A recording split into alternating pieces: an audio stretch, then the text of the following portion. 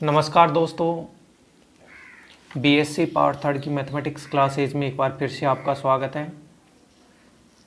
Last lecture पे दोस्तों अगर आपने देखा होगा परमुटेशन ग्रुप अपना चल रहा था। परमुटेशन ग्रुप के अंदर अपन ने एन और एसएन के बारे में पढ़ा था। एन को बोला जाता है अल्टरनेट ग्रुप, एकांतर ग्रुप, और एसएन को बोला जाता है सिमेट्रिक ग्रुप, जिसको बोला जाता है सममित ग्रुप। अब मैंने ये भी बता दिया था कि जो एसएन होता है, एसएन का जो ऑर्डर होता है वो एन फैक्टोरियल होता है। अब इन एन फैक्टोरियल में से एन फैक्टोरियल बाई 2 तो ये तो होते हैं समक्रमचय, और ये एन फैक्टोरियल बाई 2 ये होते हैं विषमक्रमचय। विषमक्रमचयों का समुच्चय कभी ग्रुप नहीं बनाता है, समक्रमचयों का समुच्चय ग्रुप बनाता है, और उस ग्रुप को कहा जाता है एन। समक्रमचयों का जो समुच्चय ग्रुप बनाता है उसको एन कहा जाता है, एकांतर ग्रुप। तो दोस्तों एक थ्योरम है, वेरी वेरी इंपॉर्टेंट थ्योरम है, और ये 2018 में भी आई थी, और अभी जो 2020 की एग्ज़ाम हुई है, आपके जो सीनियर्स हैं उनकी एक एग्ज़ाम हो गई अलजेब्रा की फाइनल वालों की, उनकी भी आई है। तो ये 2020 में भी आई है, इंपॉर्टेंट थ्योरम है। सबसे पहले तो मैं इस थ्योरम का स्टेटमेंट लिखता हूँ। स्टेटमेंट क्या है इसका? स्टेटमेंट ये है कि एन कोटि के सभी समक्रमचयों का समुच्चय, एन कोटि या अंशांक बोल दो, जैसे S3 में 3 अंशांक 1 2 3 होते हैं, S4 में 4 अंशांक 1 2 3 4 होते हैं, ऐसे एन कोटि या अंशांक के सभी समक्रमचयों का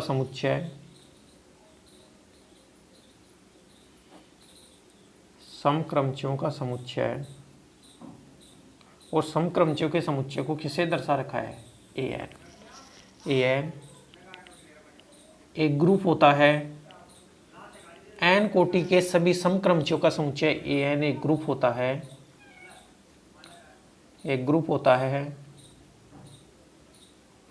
जिसका ग्रुपांक कितना होता है? एन फैक्टोरियल बाई, इसका ग्रुपांक एन फैक्टोरियल बाई 2 होता है।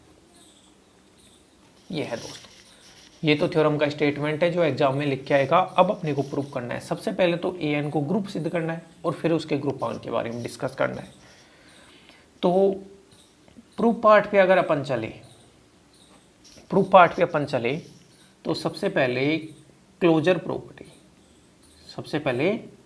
प्रॉपर्टी, जिसको संवर्तता नियम कहा जाता है। क्या कहा जाता है? संवर्तता नियम क्या होता है कि भाई एन आप ले रहे हो, एन के सभी एलिमेंट क्या है? समक्रमचय। एन के सारे एलिमेंट क्या है? समक्रमचय। तो मैं लिखता हूँ एन एक समक्रमचयों का समुच्चय है। एन एक समक्रमचयों का समुच्चय है। अब एन के सारे एलिमेंट समक्रमचय हैं, और बताओ दो समक्रमचयों को गुणा करने से क्या आता है?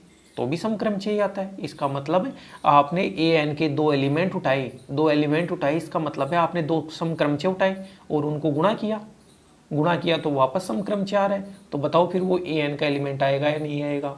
आएगा ना। तो एन एक समक्रमचयों का समुच्चय है तथा दो समक्रमचयों का गुणन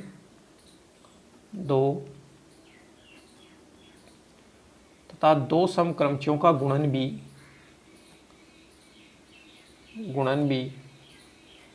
समक्रमचय प्राप्त होता है, तथा दो समक्रमचयों का गुणन भी समक्रमचय प्राप्त होता है। अब बताओ समक्रमचय प्राप्त हुआ तो एन का एलिमेंट होगा जो कि एन का अवयव है,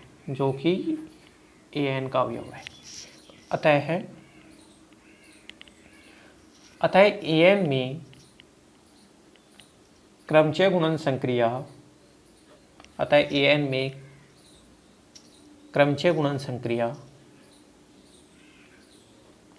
समवर्त है। तो ये तो क्रमचय गुणन संक्रिया समवर्त है। तो सबसे पहली प्रॉपर्टी जो क्लोजर प्रॉपर्टी है वो मैंने बता दी। उसके बाद में दोस्तों जो दूसरी प्रॉपर्टी होती है उसके बारे में लिखता हूँ। जो दूसरी प्रॉपर्टी है एसोसिएटिव प्रॉपर्टी। एसोसिएटिव प्रॉपर्टी, जिसको बोला जाता है हिंदी में साहचर्यता। साहचर्यता में मैं क्या बोलूँगा कि जो an के एलिमेंट है वो क्रमचय हैं, an के एलिमेंट है वो समक्रमचय हैं, और क्रमचय होता है वो क्या होता है, एककी आच्छादक फलन होता है, तथा फलन सदैव साहचर्य नियम की पालना करते हैं, तो क्रमचय भी साहचर्य नियम की पालना करेंगे। तो यह लिखता हूँ an एक समक्रमचयों का समुच्चय है, an एक समक्रमचयों का समुच्चय है, an है वो एक समक्रमचयों का समुच्चय है, तथा जो क्रमचय होता है वो क्या होता है, तथा क्रमचय एककी आच्छादक फलन होता है, एककी आच्छादक क्रमचय एककी आच्छादक फलन होता है। an समक्रमचयों का समुच्चय और क्रमचय एककी आच्छादक फलन होता है, तथा अब यहाँ लिखता हूँ फलन सदैव साहचर्यता नियम की पालना करते हैं, फलन सदैव साहचर्यता नियम की पालना करते हैं, फलन सदैव साहचर्य नियम की पालना करते हैं। अतः an में जो संक्रिया है, क्रमचय गुणन संक्रिया है, वो क्या है, an में संक्रिया सहचारी है, साहचर्य नियम की पालना करते हैं। तो an का प्रत्येक एलिमेंट साहचर्य नियम की पालना करेगा, तो जो संक्रिया है वो क्या है, सहचारी है। एसोसिएटिव नियम हो गया। तीसरा है जिसको बोला जाता है तत्समक अवयव का अस्तित्व है, तत्समक अवयव का अस्तित्व है, इंग्लिश में बोला जाता है एग्जिस्टेंस ऑफ आइडेंटिटी एलिमेंट, तत्समक अवयव का अस्तित्व है। अब देखो तत्समक अवयव के अस्तित्व में क्या है दोस्तों, कि an के अंदर एक क्रमचय होगा जो तत्समक क्रमचय जरूर होगा। क्यों, क्योंकि तत्समक क्रमचय होता है वो एक समक्रमचय होता है, और समक्रमचय होगा तो वो an के अंदर जरूर आएगा। तो मैं क्या बोलूँगा कि तत्समक क्रमचय एक समक्रमचय होता है, तत्समक क्रमचय एक समक्रमचय होता है, तत्समक क्रमचय एक समक्रमचय होता है, और तत्समक क्रमचय समक्रमचय होता है तो फिर वो an में आएगा या नहीं आएगा, आएगा। तथा an सभी समक्रमचयों का समुच्चय है।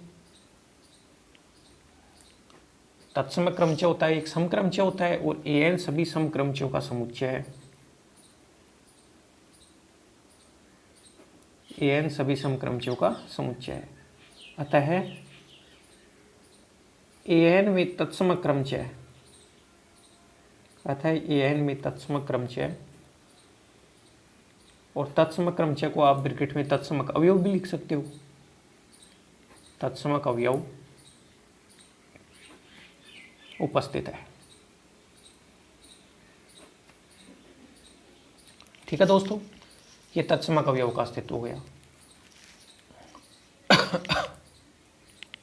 अगला है प्रतिलोम अवयव का अस्तित्व है, प्रतिलोम अवयव का अस्तित्व है। प्रतिलोम अवयव के अस्तित्व में मैं क्या लिखता हूँ, देखो समक्रमचय का प्रतिलोम क्रमचय होता है वो भी समक्रमचय होता है, और an सारे के सारे समक्रमचयों का समुच्चय है। तो बताओ सारे के सारे समक्रमचयों का प्रतिलोम होगा वो an में होगा या नहीं होगा, बिल्कुल होगा। तो मैं यह लिखता हूँ कि प्रत्येक समक्रमचय का प्रतिलोम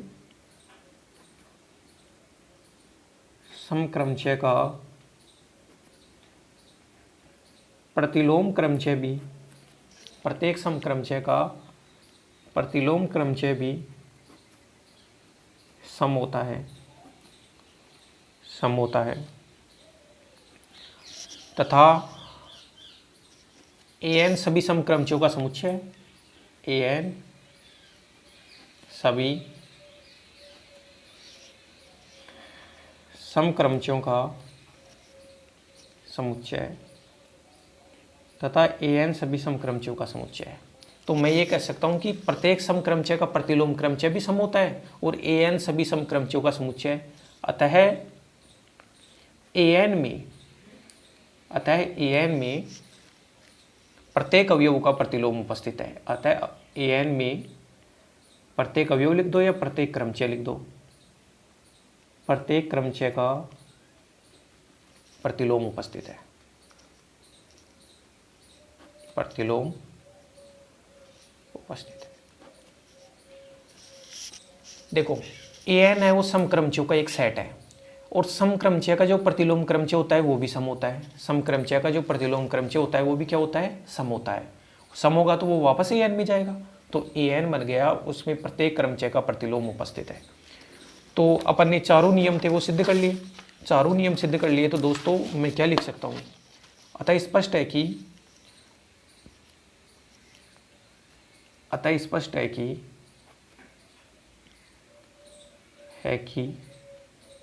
an क्रमचय गुणन संक्रिया के लिए एक ग्रुप होता है। अतः स्पष्ट है कि an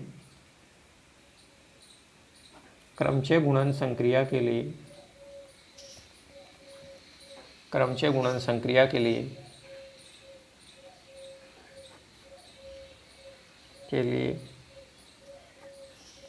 एक ग्रुप होता है, अतः स्पष्ट है कि an क्रमचय गुणन संक्रिया के लिए एक ग्रुप होता है,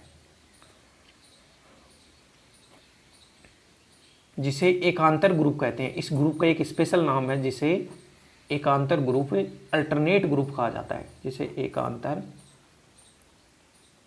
ग्रुप कहा जाता है। ये तो मैंने an को एकांतर ग्रुप सिद्ध किया है, जो समक्रमचयों का समुच्चय an था उसको एकांतर ग्रुप सिद्ध किया है। अब मेरे को इसका ऑर्डर भी निकालना पड़ेगा an का, तो an का ऑर्डर ज्ञात करना, तो ये इंपॉर्टेंट है ज़्यादा, an का ऑर्डर ज्ञात करना, an का ऑर्डर ज्ञात करना, और an का ऑर्डर है उसको n फैक्टोरियल बाई 2 बताना है। ठीक है दोस्तों, तो एक सेट लेते हैं, माना Sn में E1 E2 EM समक्रमचय है। भाई E का मतलब होता है E1, तो M तो इसमें समक्रमचय है, वह O1 O2 O मतलब ओड OR ये भी समक्रमचय है।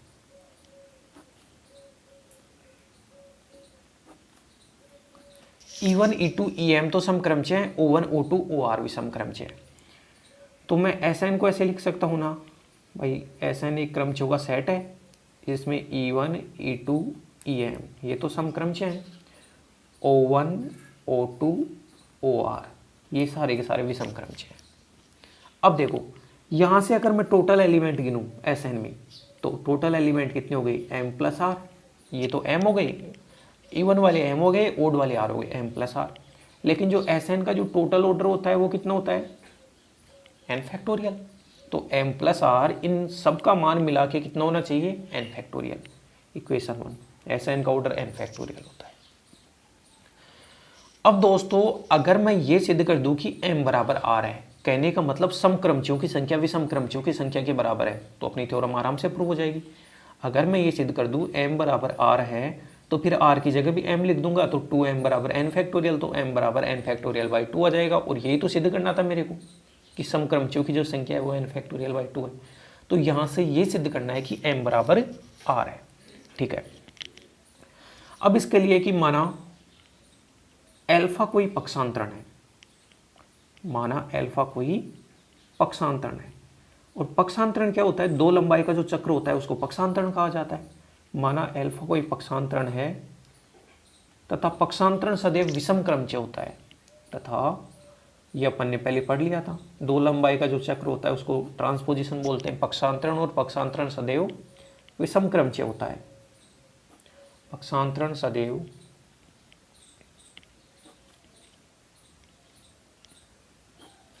विषम क्रमचय होता है।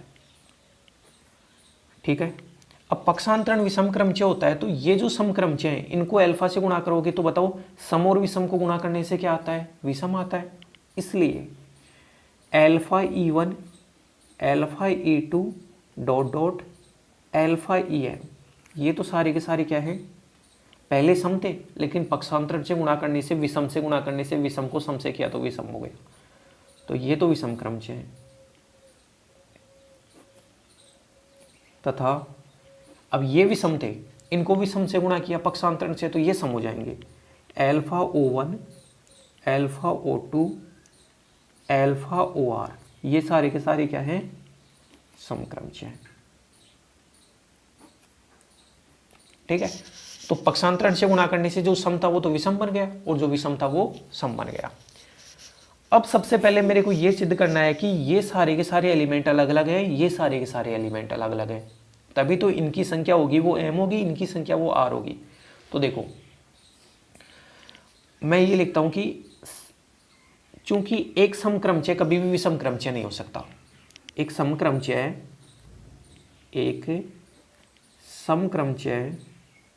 कभी भी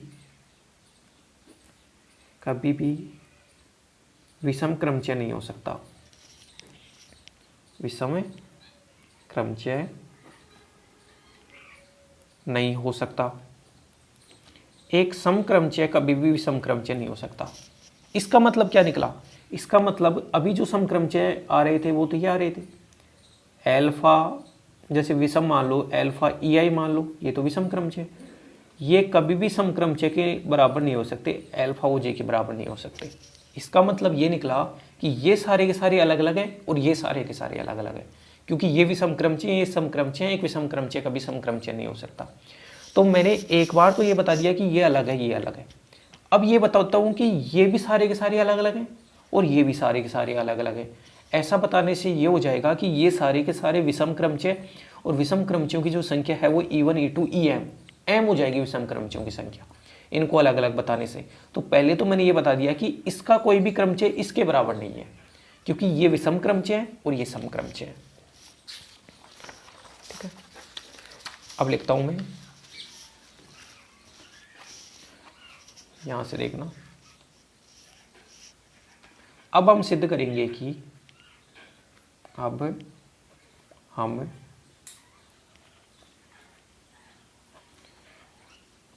अब हम सिद्ध करेंगे कि alpha E1 alpha E2 alpha EM में कोई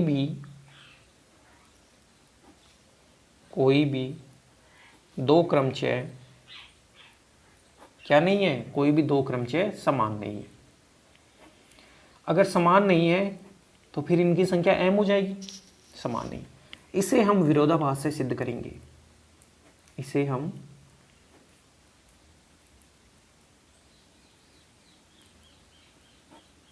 विरोधाभास से सिद्ध करेंगे। विरोधाभास के सिद्ध करने का मतलब है कि उल्टा मान के चलो। तो यदि संभव हो तो माना, अगर संभव हो तो माना कि इसका अल्फा EI है वो किसी अल्फा EJ के बराबर है, ये संभव हो तो मैंने मान लिया। अल्फा को कैंसिल करें तो EI बराबर EJ, EI बराबर EJ, ये तो गलत आ गया। क्यों? क्योंकि EI बराबर EJ मान लोगे तो जो आपने शुरू में माने थे E1 E2 EM, उनकी संख्या m मानी थी। बताओ फिर EI बराबर EJ हो गया तो ये m थोड़ा ना बचे, ये तो m में से एक कम हो गया। तो मैं ये कह सकता हूँ कि EI बराबर EJ, जो कि क्या है, जो कि असत्य है, असत्य है। इसका मतलब ये है कि अल्फा EI कभी भी किसके बराबर नहीं हो सकता, अल्फा EJ के बराबर नहीं हो सकता। अल्फा EI कभी भी अल्फा EJ के बराबर नहीं हो सकता। इसी प्रकार हम सिद्ध कर सकते हैं कि इसी प्रकार हम सिद्ध कर सकते हैं ये सिद्ध कर सकते हैं कि अल्फा जो OI है वो कभी भी अल्फा OJ के बराबर नहीं हो सकता। तो ये सिद्ध करने का फ़ायदा क्या हुआ? ये सिद्ध करने का फ़ायदा ये हुआ कि सबसे पहले तो मैंने इनको और इनको अलग अलग बता दिया कि कोई भी विषम क्रमचय समक्रमचय नहीं हो सकता। फिर मैंने ये बताया कि इन विषम क्रमचयों में भी कोई समान नहीं है, इन समक्रमचयों में भी कोई समान नहीं है। तो बताओ फिर सारे के सारे ये अलग हो गया, ये अलग हो गया, ये अलग हो गया, ये अलग हो गया, ये अलग हो गया, इनमें कोई भी सेम नहीं है। अब देखो, अब यहां से देखना, क्योंकि alpha E1, alpha E2, alpha EM ये सारे के सारे क्या हैं? विषम है, क्योंकि E1 E2 EM तो सम थे और आपने पक्षांतर से गुणा कर दिया तो ये क्या निकल के आ गए? विषम। तो alpha E1, alpha E2, alpha EM प्रत्येक क्या है? प्रत्येक विषम क्रमचय है, प्रत्येक विषम क्रमचय है। और विषम क्रमचयों की संख्या शुरू में कितनी मानी थी? R मानी थी। आपने O1, O2, OR माने थे टोटल विषम क्रमचय। ये प्रत्येक विषम क्रमचय है तथा विषम क्रमचयों की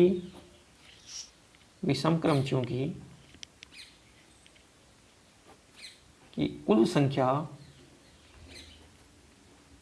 तथा विषम क्रमचयों की कुल संख्या R है। ये शुरू में R मानी थी, इसलिए यहां से तो M आए और टोटल शुरू में कितनी मानी थी? R। तो या M less than equal to M का मान R या R से छोटा। ये इक्वेशन नंबर 2 है। ऐसा ही आप समक्रमचय के साथ करो। समक्रमचय के साथ करने का मतलब क्या है कि इसी प्रकार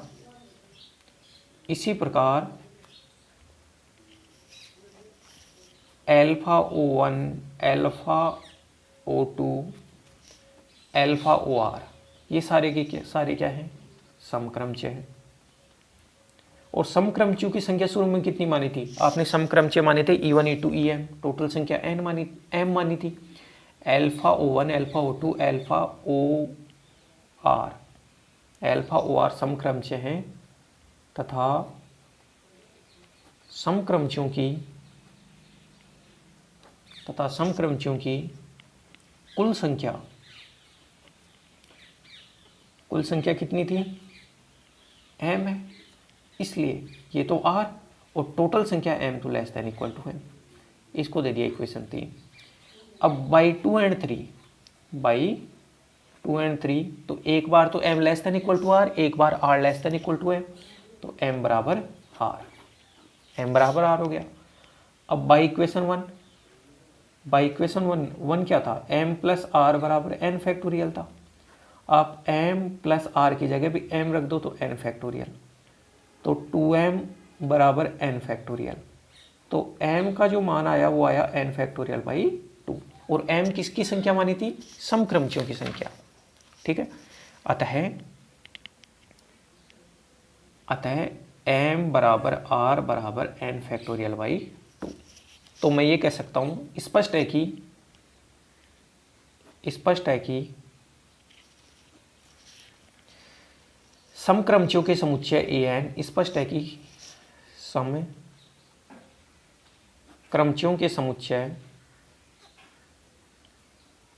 कि समक्रमचयों के समुच्चय AN का ग्रुपांक, भाई ये ग्रुप होता है जिसको अल्टरनेट ग्रुप बोलते हैं, इसका ग्रुपांक N फैक्टोरियल बाई 2 होता है। तो दोस्तों ये वेरी वेरी इंपॉर्टेंट थ्योरम है। ये अल्टरनेट ग्रुप की एक थ्योरम और बची हुई है यहाँ पे, फिर अपना ये जो परमुटेशन ग्रुप का जो चैप्टर है वो कंप्लीट हो जाएगा। इसके बाद में अपन अगला चैप्टर चालू करेंगे अगले लेक्चर में। तो एक थ्योरम मैं और यहाँ से करवा देता हूँ आपको। थ्योरम क्या है कि थ्योरम ये है कि R लंबाई के चक्र की कोटि R होती है। ये चक्र से संबंधित है। R लंबाई के चक्र की कोटि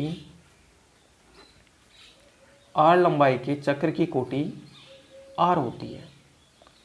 R लंबाई के चक्र की कोटि R होती है। जैसे अपन पहले पढ़ते थे ना ऐसे कि मान लो कि कोई चक्र है, जैसे A से डिनोट कर दिया 1 2 3 4, तो इसमें 4 एलिमेंट हैं, तो इसकी कोटि कितनी होगी? ऑर्डर ऑफ A बराबर 4। ये पहले पढ़ा हुआ है।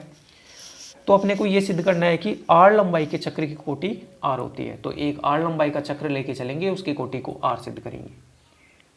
प्रूफ पार्ट में मैं चलूं तो माना F ऐप के अंदर मैंने लिख दिया x1 x2 x3 dot dot xr। माना f x1 x2 x3 xr एक r लंबाई का चक्र है, एक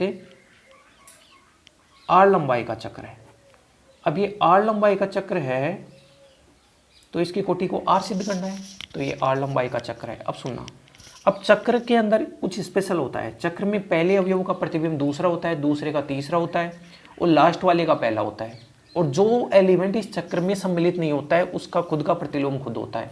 ये भी अपन ने पढ़ा हुआ है। तो मैं ये बोल सकता हूँ कि एफ x1 की जो इमेज है उसको क्या बोल सकता हूँ, x2 बोल सकता हूँ। ठीक है, अब देखना, आप f ऑफ f(x1) निकालो। इस चीज को मैं f, जैसे मैं यहां पे लिखता हूं f स्क्वायर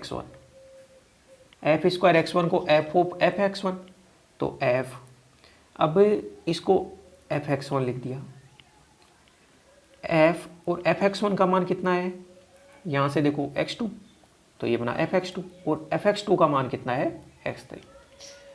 तो आपने f स्क्वायर x1 किया तो x3 आया। इसी प्रकार आप f क्यूब x1 करो, f क्यूब x1 करोगे तो ये क्या आएगा अपना x4। तो f(x1) x2 आया, f स्क्वायर x1 x3 आया, f क्यूब x4 कितना आया x4। ऐसे ही आप चलोगे तो इससे जस्ट पहला एलिमेंट है xr-1, तो आप यहाँ लिखोगे fr-1 x1 का मान हो गया xr। देखो 3 पावर है तो 4 पे जा रहा है, 2 पावर है तो 3 पे जा रहा है, तो r-1 पावर है तो किस पे जाएगा, xr पे जाएगा। ठीक है, अब अगर r पावर कर दूंगा तो वो वापस पहले एलिमेंट के ऊपर आ जाएगा, तो fr(x1) का मान कितना है x1। ठीक है, तो यहां से एक चीज निकल गई कि fr(x1) का मान कितना निकल के आ गया x1। अब देखो, चूंकि fr(x1) का मान है x1, इसी प्रकार fr(x2) का जो मान आएगा वो आएगा x2, fr(x3) का जो मान आएगा वो आएगा x3। तो मैं कुल मिला के ये बोल सकता हूं ना, इन जनरल बात करूं तो fr(xi) का जो मान है वो किसके बराबर है xi। x1, अगर आप x1 के ऊपर fr अप्लाई करते हो तो x1 आता है, x2 के ऊपर अप्लाई करते हो तो x2 आता है, x3 के ऊपर अप्लाई करते हो तो x3। तो fr(xi) का मान xi के बराबर है और i का जो मान ले रहे हो वो ले रहे हो 1 to r। तो ये तो तब बोला है जब अपन ने x जो एलिमेंट है वो रेंज के अंदर हो। लेकिन बहुत बार ऐसे भी तो होता है ना चक्र में, मान लो कि जैसे मैं ये बोलता हूँ चक्र में, ये बोलता हूँ कि 1 3 5 बिलोंग्स टू S5, तो 1 की इमेज 3, 3 की इमेज 5 और 5 की इमेज 1, लेकिन जो बच गए 2 और 4 उनकी इमेज खुद की खुद है। तो उसके लिए बात करता हूँ। उसके लिए बात करने का मतलब ये है कि अगर मान लो ऐसा पॉसिबल हो, इफ x एलिमेंट रेंज में नहीं आ रहा है, और रेंज क्या बनी अपनी x1 x2 xr, ये एलिमेंट 2 की रेंज है। अगर x एलिमेंट रेंज में नहीं आ रहा है तो बताओ जो एलिमेंट रेंज में नहीं आता है उसकी खुद की इमेज खुद होती है।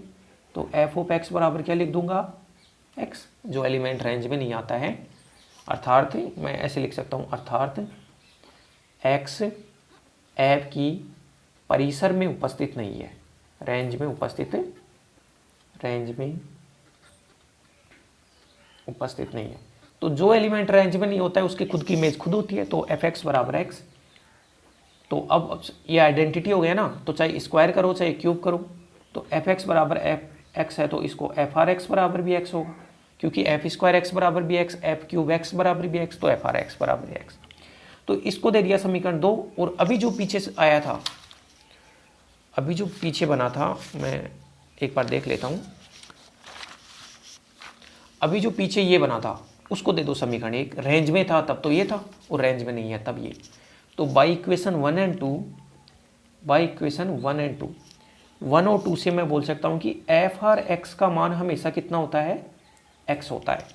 fr(x) का मान हमेशा x होता है, इसका मतलब fr दोनों तरफ से x को काटा तो आइडेंटिटी।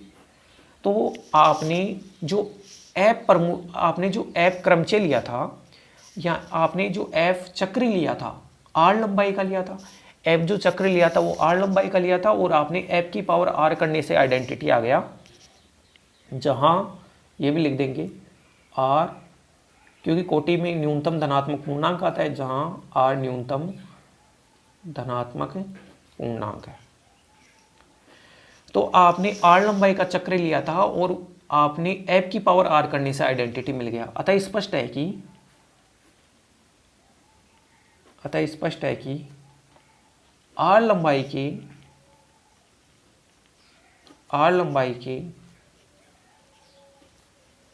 चक्र की कोटि, अतः स्पष्ट है कि आर लंबाई के चक्र की कोटि आर होती है। आर लंबाई के चक्र की कोटि कितनी होती है? आर होती है। तो दोस्तों अपनी ये थ्योरम थी जिसके अंदर अपन क्या कर रहे थे, सबसे पहले तो एक आर लंबाई का चक्र लिया। चक्र में क्या होता है, पहले एलिमेंट की इमेज दूसरा होता है, दूसरे की तीसरा होता है, अंतिम एलिमेंट की इमेज पहला होता है। तो एफ x1 किया तो x2, एफ स्क्वायर x7 किया तो एफ स्क्वायर को एफ ऑफ एफ लिख सकता हूँ, फिर इसको एफ x1 लिख दिया। एफ x1 का मान x2 है और एफ x2 का मान x3। तो 2 किया तो 3 करेंगे तो 4 आएगा। ऐसे r-1 करेंगे तो r आएगा, और r करेंगे तो पहला आएगा, क्योंकि अंतिम एलिमेंट की इमेज पहला होता है। तो यहाँ से एफ आर x1 का मान x1 आया। इसी प्रकार एफ आर x2 का मान x2, एफ आर x3 का मान x3। तो इन जनरल मैं लिख सकता हूँ कि एफ आर xi का मान xi है, i बराबर 1 to r। ये तो जब अपना रेंज के अंदर आपने एलिमेंट लिया था। अब मान लो कि जो x एलिमेंट है वो रेंज में नहीं है, तो जो एलिमेंट रेंज में नहीं होता है उसकी खुद की इमेज खुद होती है। अब उसकी पावर 2 करो 3 करो कोई फर्क नहीं पड़ेगा। तो एफ आर एक्स का मान x के बराबर 1 और 2 से मैं ये लिख सकता हूँ एफ आर एक्स बराबर x है, चाहे x एलिमेंट रेंज में हो चाहे नहीं हो। ठीक है, दोनों कंडीशन में होता है। तो x दोनों तरफ से कैंसिल किया तो एफ आर बराबर i हो गया, और r न्यूनतम धनात्मक पूर्णांक होता है कोटि की परिभाषा में। तो यहाँ से ये स्पष्ट हो गया कि r लंबाई का जो चक्र होता है उसकी कोटि r होती है। दोस्तों ये अपने 2 इंपॉर्टेंट थ्योरम किए हैं, इनको आप कॉपी में राइट डाउन करना, समझना। इसी के साथ अपना ये परमुटेशन चैप्टर कंप्लीट हो गया है। अब नेक्स्ट लेक्चर जो भी आएगा उसमें अपन 4th चैप्टर सब ग्रुप के बारे में डिस्कस करेंगे। धन्यवाद दोस्तों। इसी के साथ इम्पोर्टेंट ये है कि आप चैनल को लाइक शेयर और सब्सक्राइब करें ज़्यादा से ज़्यादा। अब हम नेक्स्ट लेक्चर में मिलते हैं, तब मैं आपको सब ग्रुप के बारे में बताऊंगा। धन्यवाद दोस्तों।